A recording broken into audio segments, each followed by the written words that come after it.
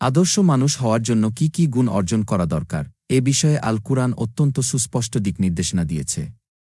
কুরআনের শিক্ষা অনুযায়ী একজন আদর্শ মানুষ শুধু ইবাদতে সীমাবদ্ধ নয়, বরং তার চরিত্র, আচরণ, চিন্তা ও সামাজিক দায়িত্ব সবকিছুই সুন্দর ও ভারসাম্যপূর্ণ হতে হয়।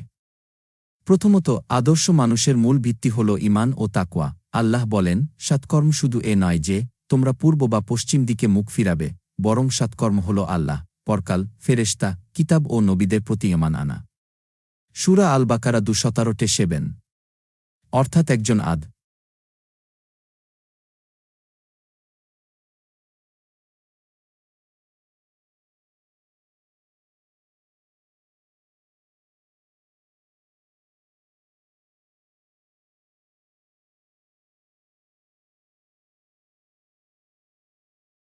আদর্শ মানুষ হওয়ার জন্য কি কি গুণ অর্জন করা দরকার, এ বিষয়ে আল কুরআন অত্যন্ত সুস্পষ্ট দিকনির্দেশনা দিয়েছে।